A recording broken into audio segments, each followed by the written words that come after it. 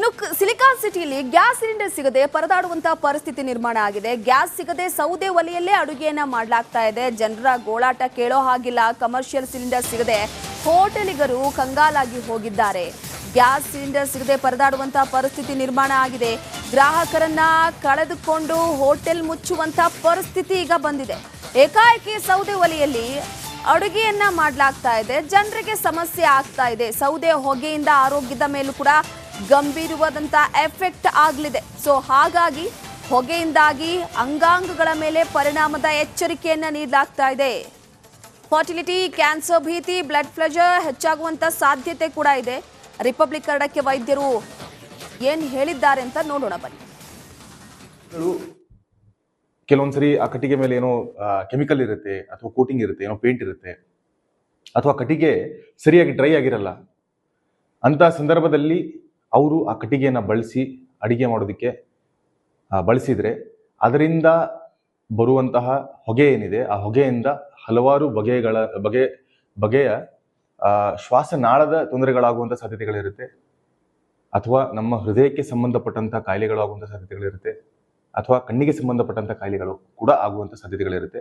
Especially ಚಿಕ್ಕ ಮಕ್ಕಳಲ್ಲಿ ಇರಬಹುದು, ವೃದ್ಧರಲ್ಲಿ, ವಯೋವೃದ್ಧರಲ್ಲಿ, ಮತ್ತೆ ಯಾರಲ್ಲಿ ಕೋಮೋರ್ಬಿಡಿಟೀಸ್ ಇದೆ, ಆಲ್ರೆಡಿ ಹೃದಯಕ್ಕೆ ಸಂಬಂಧಪಟ್ಟಂಥ ತೊಂದರೆ ಇದೆ, ಅವರಿಗೆ ಸಕ್ಕರೆ ಕಾಯಿಲೆ ಇದೆ, ಹೈಪರ್ ಟೆನ್ಷನ್ ಇದೆ, ಮತ್ತೆ ಇತರ ರೀತಿಯಾದಂತಹ ಗಂಭೀರ ಕಾಯಿಲೆಗಳು ಅಥವಾ ದೀರ್ಘಕಾಲೀನ ಗಂಭೀರ ಕಾಯಿಲೆಗಳು ಇತ್ತು ಅಂತ ಹೇಳಿದ್ರೆ, ಅಥವಾ ಶ್ವಾಸನಾಳದ ತೊಂದರೆಗಳಿದೆ, ಅಸ್ತಮಾ ಇದೆ, ಬ್ರಾಂಕೈಟಿಸ್ ಇದೆ, ಟ್ಯೂಬರ್ಕ್ಯುಲೋಸಿಸ್ ಆಗೋಗಿದೆ, ನಿಮೋನಿಯಾ ಆಗೋಗಿದೆ, ಇಂತಹ ಸಂದರ್ಭದಲ್ಲಿ ಶ್ವಾಸನಾಳ ಸೆನ್ಸಿಟಿವ್ ಇರುವಾಗ ಈ ರೀತಿಯಾದಂತಹ ಹೊಗೆನ ನಾವು ಇನ್ಹೇಲ್ ಮಾಡಿದ್ರೆ ಇದರಿಂದ ಸಮಸ್ಯೆಗಳು ಆಗುವಂತಹ ಸಾಧ್ಯತೆಗಳು ತುಂಬಾ ಜಾಸ್ತಿ ಇರುತ್ತೆ.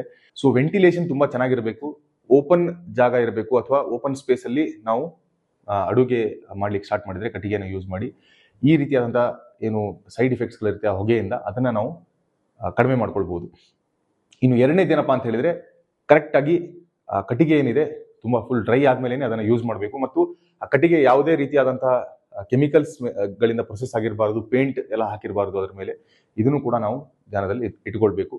ಕಟ್ಟಿಗೆಗಳು ಕೆಲವೊಂದ್ಸರಿ ಆ ಕಟ್ಟಿಗೆ ಮೇಲೆ ಏನೋ ಕೆಮಿಕಲ್ ಇರುತ್ತೆ, ಅಥವಾ ಕೋಟಿಂಗ್ ಇರುತ್ತೆ. ರಾಜ್ಯದಲ್ಲಿ ಯುಗಾದಿ ಹಬ್ಬದ ಹೊಸದುಡುಕು ಜೋರಾಗಿದೆ. ರಾಜ್ಯದಲ್ಲಿ ಯುಗಾದಿ ಹಬ್ಬದ ಸಂಭ್ರಮದ ಜೊತೆಗೆ ಈ ಹೊಸದುಡುಕು ಅನ್ನುವಂಥದ್ದು ಸಾಂಪ್ರದಾಯಿಕವಾಗಿ ಬಂದಿರುವಂಥದ್ದು. ಹಾಗಾಗಿ ಸದ್ಯದ ಮಟ್ಟಿಗೆ ಮಾಂಸ ಖರೀದಿಯ ಭರಾಟೆ ಕೂಡ ಜೋರಾಗಿದೆ. ಬೆಳ್ಳಂಬೆಳಗ್ಗೆ ಗುಡ್ಡೆ ಮಾಂಸಕ್ಕೆ ಜನ ಮುಗಿಬಿದ್ದಿದ್ದಾರೆ. ಗಮನಿಸ್ತಾ ಇರಬಹುದು ದೃಶ್ಯದಲ್ಲಿ. ಮಾಂಸದಂಗಡಿಯ ಮುಂದೆ ಸರತಿ ಸಾಲಿನಲ್ಲಿ ನಿಂತು ಗುಡ್ಡೆ ಮಾಂಸವನ್ನ ಖರೀದಿ ಮಾಡಲಾಗ್ತಾ ಇದೆ.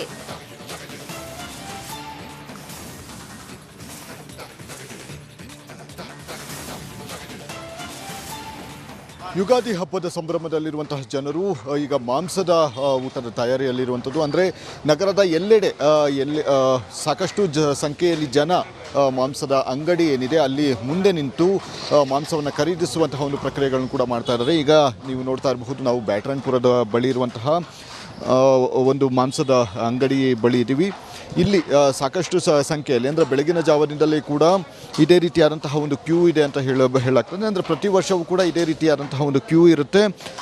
ಈ ದಿನ ಅಂದರೆ ಯುಗಾದಿಯ ಮಾರನೇ ದಿನ ಸಾಕಷ್ಟು ರಶ್ ಇರುವಂತಹ ಒಂದು ಕಾರಣದಿಂದಾಗಿ ಈಗ ಈ ಒಂದು ಹಿನ್ನೆಲೆಯಲ್ಲಿ, ಅಂದರೆ ಬೆಳಗಿನ ಜಾವ 4 ಗಂಟೆಯಿಂದಲೇ ಸರತಿ ಸಾರಿನಲ್ಲಿ ನಿಂತು ಮಾಂಸವನ್ನು ಖರೀದಿ ಕೆಲಸಗಳನ್ನು ಮಾಡುವಂತಹ ಒಂದು ಕೆಲಸಗಳನ್ನು ಕೂಡ ಮಾಡ್ತಾ ಇದ್ದಾರೆ.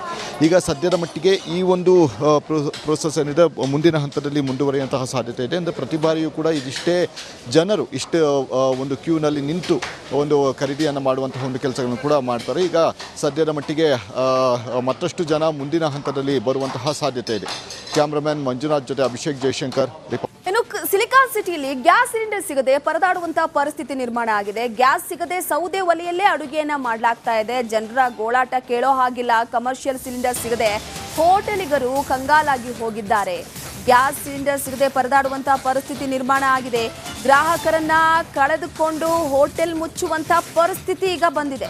ಏಕಾಏಕಿ ಸೌದೆ ಒಲೆಯಲ್ಲಿ ಅಡುಗೆಯನ್ನ ಮಾಡಲಾಗ್ತಾ ಇದೆ. ಜನರಿಗೆ ಸಮಸ್ಯೆ ಆಗ್ತಾ ಇದೆ. ಸೌದೆ ಹೊಗೆಯಿಂದ ಆರೋಗ್ಯದ ಮೇಲೂ ಕೂಡ ಗಂಭೀರವಾದಂತ ಎಫೆಕ್ಟ್ ಆಗಲಿದೆ. ಸೊ ಹಾಗಾಗಿ ಹೊಗೆಯಿಂದಾಗಿ ಅಂಗಾಂಗಗಳ ಮೇಲೆ ಪರಿಣಾಮದ ಎಚ್ಚರಿಕೆಯನ್ನ ನೀಡಲಾಗ್ತಾ ಇದೆ. ಫರ್ಟಿಲಿಟಿ, ಕ್ಯಾನ್ಸರ್ ಭೀತಿ, ಬ್ಲಡ್ ಪ್ರೆಷರ್ ಹೆಚ್ಚಾಗುವಂತ ಸಾಧ್ಯತೆ ಕೂಡ ಇದೆ. ರಿಪಬ್ಲಿಕ್ ಕನ್ನಡಕ್ಕೆ ವೈದ್ಯರು ಏನ್ ಹೇಳಿದ್ದಾರೆ ಅಂತ ನೋಡೋಣ ಬನ್ನಿ. ಕೆಲವೊಂದ್ಸರಿ ಆ ಕಟ್ಟಿಗೆ ಮೇಲೆ ಏನೋ ಕೆಮಿಕಲ್ ಇರುತ್ತೆ ಅಥವಾ ಕೋಟಿಂಗ್ ಇರುತ್ತೆ, ಏನೋ ಪೇಂಟ್ ಇರುತ್ತೆ, ಅಥವಾ ಕಟ್ಟಿಗೆ ಸರಿಯಾಗಿ ಡ್ರೈ ಆಗಿರಲ್ಲ. ಅಂತ ಸಂದರ್ಭದಲ್ಲಿ ಅವರು ಆ ಕಟ್ಟಿಗೆಯನ್ನು ಬಳಸಿ ಅಡಿಗೆ ಮಾಡೋದಕ್ಕೆ ಬಳಸಿದರೆ ಅದರಿಂದ ಬರುವಂತಹ ಹೊಗೆ ಏನಿದೆ, ಆ ಹೊಗೆಯಿಂದ ಹಲವಾರು ಬಗೆಯ ಶ್ವಾಸನಾಳದ ತೊಂದರೆಗಳಾಗುವಂಥ ಸಾಧ್ಯತೆಗಳಿರುತ್ತೆ, ಅಥವಾ ನಮ್ಮ ಹೃದಯಕ್ಕೆ ಸಂಬಂಧಪಟ್ಟಂಥ ಕಾಯಿಲೆಗಳಾಗುವಂಥ ಸಾಧ್ಯತೆಗಳಿರುತ್ತೆ, ಅಥವಾ ಕಣ್ಣಿಗೆ ಸಂಬಂಧಪಟ್ಟಂಥ ಕಾಯಿಲೆಗಳು ಕೂಡ ಆಗುವಂಥ ಸಾಧ್ಯತೆಗಳಿರುತ್ತೆ.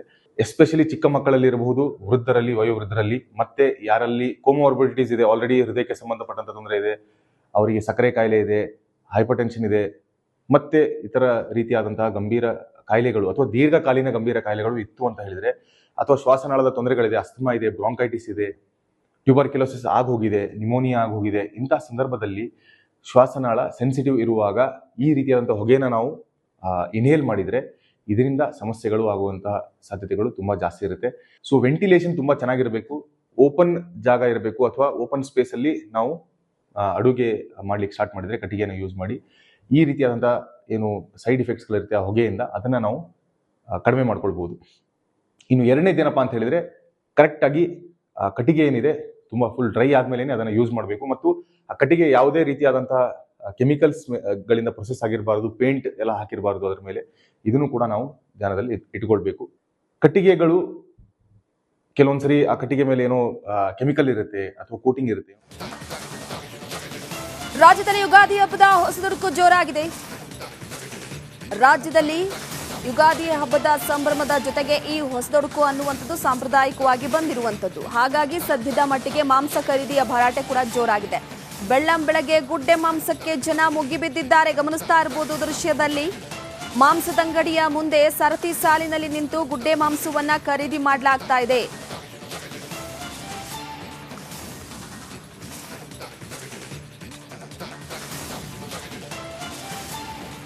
ಯುಗಾದಿ ಹಬ್ಬದ ಸಂಭ್ರಮದಲ್ಲಿರುವಂತಹ ಜನರು ಈಗ ಮಾಂಸದ ಊಟದ ತಯಾರಿಯಲ್ಲಿರುವಂಥದ್ದು. ಅಂದರೆ ನಗರದ ಎಲ್ಲೆಡೆ ಸಾಕಷ್ಟು ಸಂಖ್ಯೆಯಲ್ಲಿ ಜನ ಮಾಂಸದ ಅಂಗಡಿ ಏನಿದೆ ಅಲ್ಲಿ ಮುಂದೆ ನಿಂತು ಮಾಂಸವನ್ನು ಖರೀದಿಸುವಂತಹ ಒಂದು ಪ್ರಕ್ರಿಯೆಗಳನ್ನು ಕೂಡ ಮಾಡ್ತಾ ಇದ್ದಾರೆ. ಈಗ ನೀವು ನೋಡ್ತಾ ಇರಬಹುದು, ನಾವು ಬ್ಯಾಟರಾಯನಪುರದ ಬಳಿ ಇರುವಂತಹ ಒಂದು ಮಾಂಸದ ಅಂಗಡಿ ಬಳಿ ಇದ್ದೀವಿ.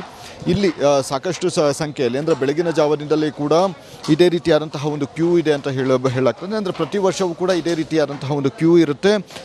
ಈ ದಿನ ಅಂದರೆ ಯುಗಾದಿಯ ಮಾರನೇ ದಿನ ಸಾಕಷ್ಟು ರಶ್ ಇರುವಂತಹ ಒಂದು ಕಾರಣದಿಂದಾಗಿ ಈಗ ಈ ಒಂದು ಹಿನ್ನೆಲೆಯಲ್ಲಿ, ಅಂದರೆ ಬೆಳಗಿನ ಜಾವ 4 ಗಂಟೆಯಿಂದಲೇ ಸರತಿ ಸಾರಿನಲ್ಲಿ ನಿಂತು ಮಾಂಸವನ್ನು ಖರೀದಿ ಕೆಲಸಗಳನ್ನು ಮಾಡುವಂತಹ ಒಂದು ಕೆಲಸಗಳನ್ನು ಕೂಡ ಮಾಡ್ತಾ ಇದ್ದಾರೆ.